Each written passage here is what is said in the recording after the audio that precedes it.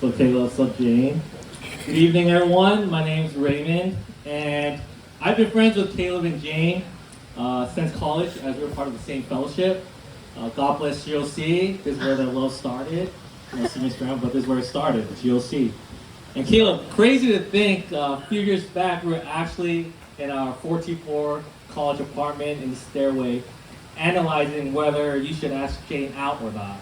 And here we are now on your wedding day. And a little backstory on that was, the morning of, Jane actually asked me to be like, hey Ray, can I talk to you for a second? And I kind of knew where this was going, because Caleb was making moves, but I was like, Caleb's not really making moves. And then Jane, we went to a rooftop, I was like, hey, your boy acting a little funny. And I was like, what, Caleb? Nah, he's not doing nothing. He's doing nothing. Doing nothing. But then that night, Caleb was like, hey Ray, I just gotta talk to you. And then he was like, yeah, so what should I do? Should I ask her out or not? Senior scramble, kind of, graduating, everyone's moving in different places, but, we're analyzing. We're analyzing whether he should ask Jane out, but looks like he made the right decision. Amen? Amen. All right, so that's a little backstory. We got the major honors point of view, but now there's a groomsman point of view on that. So when I look back at my friendship with Caleb, it really seems like as if we were long lost brothers. You see, Caleb and I have a very interesting mind. We both tend to process things very slowly. I was talking to his mom yesterday, and I was, how would you describe Caleb? It takes about a few sentences for Caleb to register something. I was like, same here. So we process things slower than the average person. We both love to use sports, movies, and famous one-liners, phrases to cope with reality. Some notable one-liners are no gamble, no future, high risk, high reward. High risk, high reward, living legend right here. Simplify your game. When there's big problems, you want to simplify the problem to solve it. Right? Told me that too. And last one, most important, or two more. Readers are leaders. So kids, read your books. Last one, most important, and I think this drives Caleb real well. Stay hungry. Yeah, you gotta be a dog and you can't be a cat. You can't be coddled, right? When you enter this, you gotta be a dog out there. It's a rough life.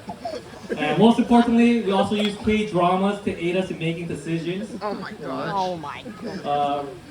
Additionally, we'll always tend to view ourselves as the main character or superstars in our lives to boost our self-confidence and encourage one another.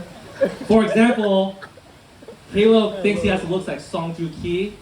Debatable. He walks around like he's Mr. Han from Startup. Right? And on the court, he's been playing basketball now. He thinks he has the ball handling and layup package as Trae Young. He thinks he's hitting threes like Stephen Curry. And then he thinks he has a combined work ethic of Tom Brady, Steph Curry, and Trae Young. Let's just say this is very good confidence. His heart's in the right place, but the skills are just playing catch up. Right? If you haven't noticed, this speech will be filled with a lot of analogies. But there's only one analogy I can think of to describe Caleb and Jane's love story, and that is the NBA draft. There is always a draft where professional teams will scout and make picks to see who their next franchise player will be. As so with Christian dating. Girls will make their scouting reports on potential godly, mature men who they can marry. So in most drafts, but also in most drafts, there are hidden gems, right? Underdogs, the black sheep, the guys with the intangibles that are often overlooked. But once drafted, these intangibles are what makes them a GOAT, greatest of all time. I already listed a few notable ones, such as Stephen Curry. People call him short, unathletic, but look at him now. He's one of the best shooters and NBA champion, right? Another one is Tom Brady. These are all Caleb's favorite athletes. Last pick of the NFL draft, only to become the greatest quarterback to play the game. So what did these greats all have in common with Caleb Hwangs? They all didn't look good on paper, but all of them had the intangibles. A heart of a champion, a hunger for improvement, and such with Caleb. See, now with the picture painted, let's go back to let's go back to our senior year where this is Jane's future husband draft of 2018. And let's get a glimpse of college Caleb. You heard a few stories, all very true, right? On paper, right? You guys were listening like, oh man, who is this guy? Right? How did a wonderful woman like Jane marry Caleb? Right? So first one, on paper, he's like 5'7". Oh my 5'8" confirmed last night. And Caleb was always worried about his height because apparently he knew y'all always be looking at guys with height.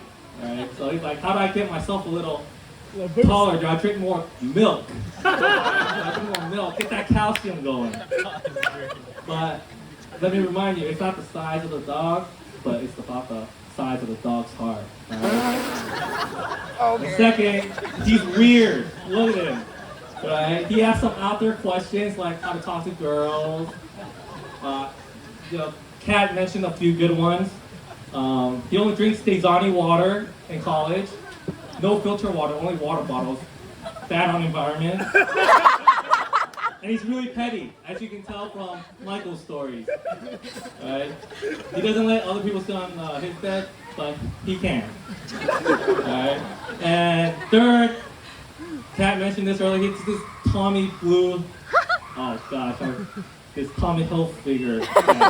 And he got that walk like, he's like, looking up in the sky, get that sway in, with a baby face, you're like, how can this guy be confident, right? But he's confident. And lastly, the biggest question is, can it be a good compliment to Jane? Jane in college, super mature, super outgoing, and just, we're like, and I remember our study session, Jane would tell me her type, and it's like basically a pastor, and obviously financial analyst here. So on the surface, it's like, who is this guy? But deep down, Caleb, you are one of the smartest and thoughtful people I know. It is your intangibles your intangibles outweigh what might be perceived of you on paper. And here are some of his intangibles of what makes him a great man.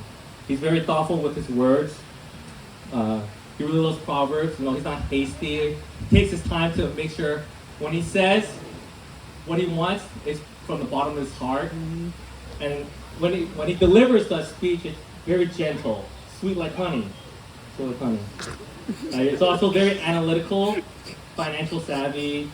Always asks the why to find out the best option. And given this trait, this is how he cares for people well because he's able to probe into your life. Third, he's very funny. His mannerisms, and I think you all notice, just makes you laugh at times. And then also his timing with jokes are impeccable. You're a very patient and genuine guy. And he takes time to listen to you, takes time to care for you. And lastly, I think we all mentioned this, is your perseverance and eagerness to improve, whether that's in basketball or life goals or planning. He always wants to improve on himself. Not only picking up girls, it does for just his life. That was the old Caleb. The intangible traits that Caleb encompasses is how I know Caleb will take care of Jay no matter the circumstances. You are a winner, a lover, a great guy, and more. Remember Caleb though, happy wife, happy life. Also, the woman is always right in the argument, okay?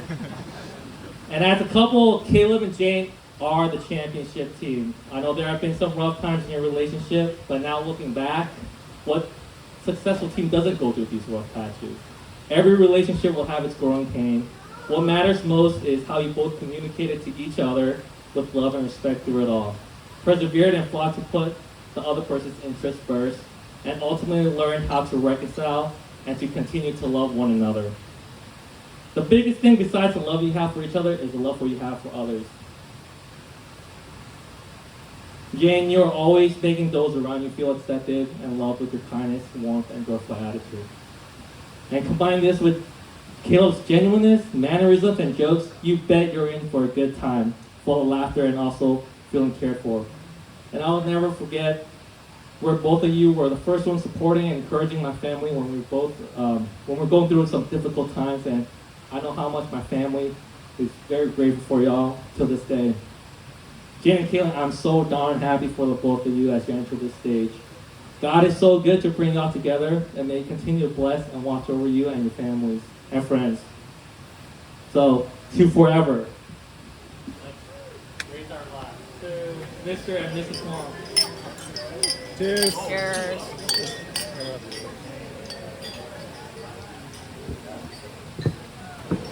Thank you for all those kind words from everybody.